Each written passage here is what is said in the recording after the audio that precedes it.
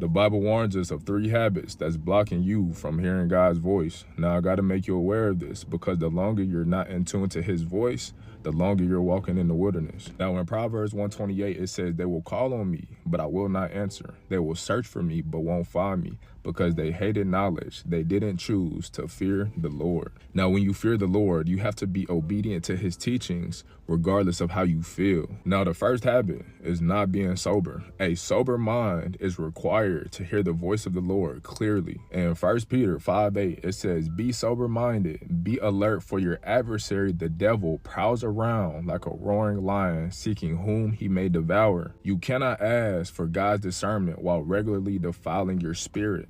Alcohol, weed, smoking, it doesn't just relax you, it lowers your spiritual awareness and gives the devil a chance to come in. If there's anything that's clouding your mind, you have to remove it because God honors obedience. Now, number 2, impure tongue. Now, in James 3:9, it says, with the tongue we bless our Lord and Father, and with it we curse people who are made in God's likeness. Blessing and cursing come out the same way. My brothers and sisters, these things should not be this way. You cannot ask the Lord to use you if you are using your mouth to destroy and tear things down. Now, this goes for complaining, cussing, starting drama, gossiping. Find ways to focus on what you got going on and stay out of other people's business. You cannot hear the Lord's voice clearly if you're constantly focused on what somebody else got going on. You constantly talking bad upon somebody else.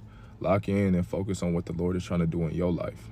Now, number 3, a distracted mind. Now, in Psalms 46:10, it says, be still and know that I am God. Now, you may not be ignoring God, but you're never still long enough to hear God's voice. You spend every quiet moment scrolling, listening to music, listening to the opinions of others, but you never find the time to sit and be still and listen to God. You're asking the Lord to speak to you, but his voice has nowhere to go when you're distracted. Don't let the enemy try and distract you from what God is trying to tell you. In John 10:27, it says, my sheep hear my voice, I know them, and they follow me.